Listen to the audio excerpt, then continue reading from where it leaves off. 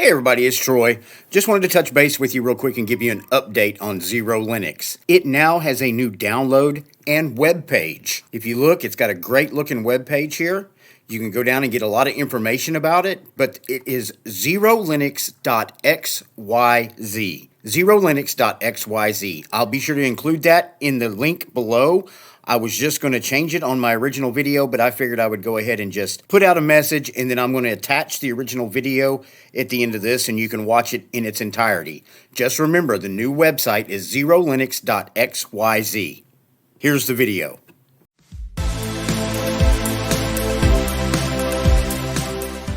Hey everybody, this is Troy with eBuzz Central. Today we're taking a look at XeroLinux, that's with an X. It's an Arch-based distribution with a KDE desktop environment, and it's got some eye candy for you to look at. But before we get started, please don't forget to like, subscribe, or follow my channel. Doesn't cost anything, and if you end up not liking me, you can always unsubscribe. If you like the channel and enjoy the videos that we produce, you can become a member to the channel, buy us a cup of coffee, or better yet, become a patron to the channel over on Patreon. Those links will be in the description below. So taking a quick look at XeroLinux, let's go ahead and open up their website. It is xldb.techzero.com. That zero is with an X. And when you come to their site, it kind of gives you some updates and basic information. They've got a new Xero Suite Rice available for the distribution. But if you want to know about the distribution, let's just click on About. And it just basically states this is XeroLinux, an Arch-based distro with KDE Plasma Desktop. It was started as a personal project, but has basically grown from there. And people have been really enjoying this distribution, and it's very beautiful, and it's lightweight, actually. It's built on the ALCI, which is the Arch Linux Calamares installer, which is a project from ArcoLinux. And if you want to get more information on that, you can go to alci.online. I will include that link below as well. But it keeps you the closest to Arch as possible. Now, if you want to know some other distributions that are built on this, just go to Builds On, and you've got ArcoLinux, Arch Linux, Endeavor OS, Reborn OS, Garuda Linux. Then you can scroll down a little bit more, Anarchy Linux. And then it's got a couple YouTube videos covering the ALCI model. But if you're familiar with Arch, you're definitely familiar with ALCI, so I'm going to close out of that. And you can go back over to their home. And like I said, you've got some news you can read about, updates, you can download a new Riced version of it, and just some general information about the distribution. So we're going to go ahead and close out of this. And if you download XeroLinux, throw it on a USB or open it up in a virtual machine, this is the screen you're met with. It's got a very beautiful background, and you've got a XeroLinux welcome. Up here, you've got the XeroLinux installer, which we know is the Calamares installer. And then you can also start in installer debug mode if you need it. Marvel Wi-Fi fixes right here. You can launch your partition manager. Go ahead and set up your partitions before you install it. You can change your display resolution. Let's go ahead and click on that. And it'll pop up right here. It's stating that we're in a virtual resolution, which is 1920 by 1080. Now, I will say this. I tried to open XeroLinux in GNOME boxes, and for some reason, it would not pass through to the graphic installer. So I closed out of GNOME boxes, flipped on over to VirtualBox, and it opened right up. So if you do download it and you try to open it in GNOME boxes and it doesn't work, you can zip on over to VirtualBox and it'll open right up. So I'm going to go ahead and close out of this. And then you've got check for system updates. So let's go ahead and do that real quick. And it's going to start a full system upgrade. We're in VirtualBox, so I'm going to go ahead and close out of that. Let's not continue that. We don't need it to lock up while we're taking a look at it. So I'm going to go ahead and exit out of this. And as you can see, you've got a panel up top and you've got a dock down on bottom. This is the Latte dock. So I'm going to go up here. You've got a power button right here. You can also show your hidden icons, which are your notifications, your Yakuaki, which is a drop-down terminal that lets you know you're in VirtualBox AMD Ryzen. We're using 1.2 gigabytes of the 2.9 gigabytes that are assigned to the machine. It's XeroLinux. It's the Linux 5.15.2-Arch 1 kernel. Plasma 5.23.3, which is your most recent version of Plasma. Bash 5.1.8. You're using the lay-in and the lay-in dark theme. Packages right now, we have 1,217 packages on the system from Pac-Man. And we're using about 24% of the CPU at present. So I'm going to go ahead and close out of that. Come back up to your hidden icons. You've got clipboard, notifications, vaults, KDE Connect. If you're not familiar with KDE Connect, if you have an Android or an Apple phone, you can go download the KDE Connect app from their stores, whether it be Google Play or iTunes. Put it on your smartphone, then you can sync it with your PC or your laptop. And before you know it, you're able to do all kinds of awesome things with your phone and your PC. I use mine every now and then as a remote control.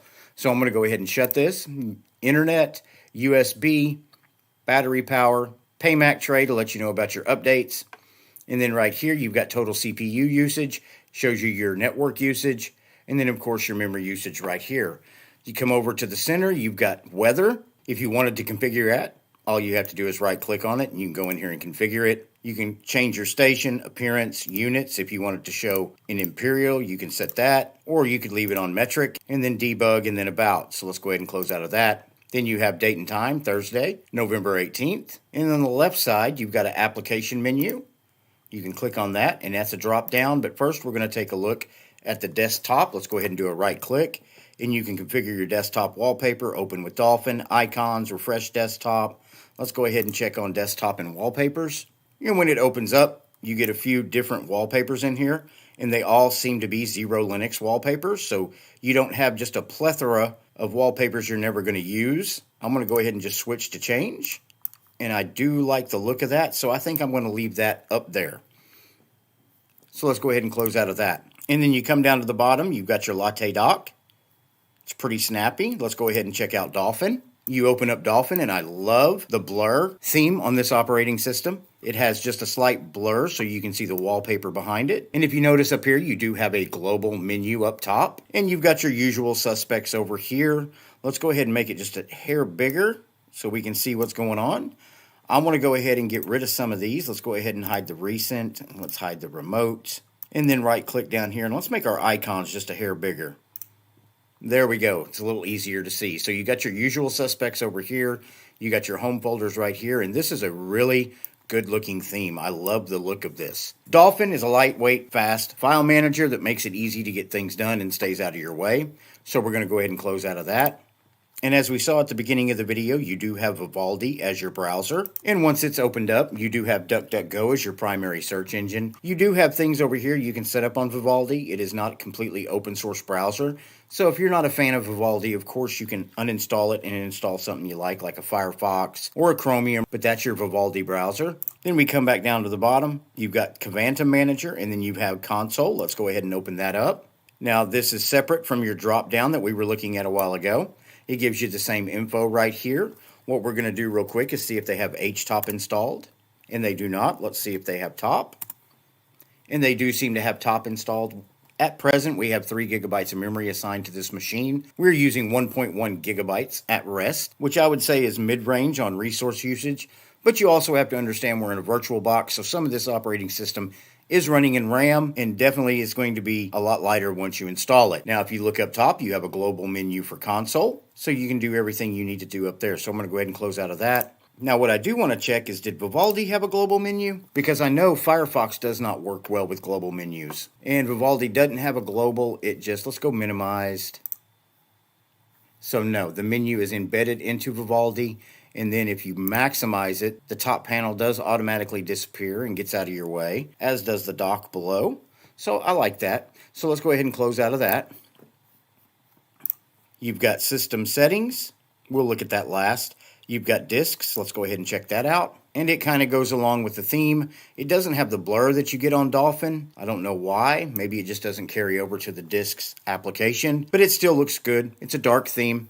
Fits right in with everything else that's going on, so let's go ahead and close out of that. You have your Grub Customizer, and then you had Add and Remove Software. Let's go ahead and open that up. Now, the first thing you're going to want to do here is if you do install XeroLinux, before you update or before you install any kind of applications, you need to go up to the dots up here, click on that, go down to Preferences, and go to Third Party. You want to enable AUR support and enable Check for Updates and Check for Developmental Packages. Then you can go back to General, and everything looks good there, so we close out of that.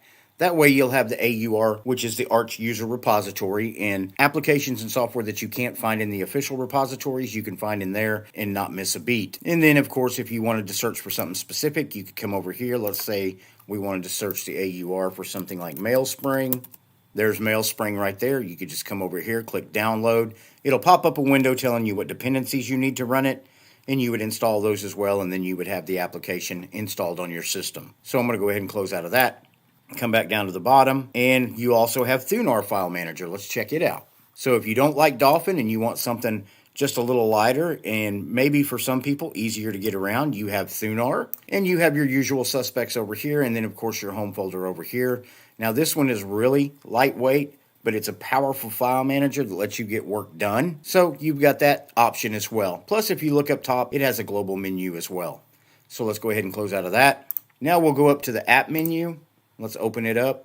And developmental apps, you've got CMake, Localize, Qt Assist, Graphics, GwenView, Internet, you've got Vivaldi, KDE Connect, Lost and Found, GM Run, Multimedia, you got some Qt utilities, so if you need something to play videos, you'll probably have to download a MPV player or a VLC or something like that.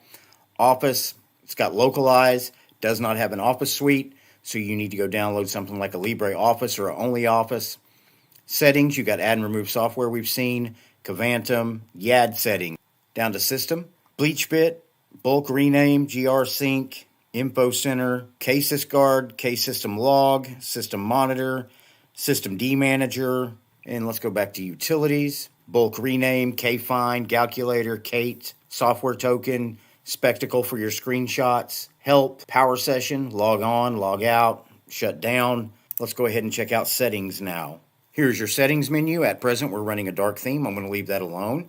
You can change your wallpaper from right here. Single click selects them, double click opens them is selected. You can go over to appearance. At present, we're running the lay-in theme. You do have the lay-in solid, breeze twilight, breeze dark, breeze. If you don't like any of these themes, of course, you can go over here and get new global themes. Just click on that. Go up here and instead of recent, show highest rated. Then it will give you the highest rated themes that you can download. Just click on one of those, install it. Once it's installed, you can close that, come over here, select it, and apply, and it'll change everything up.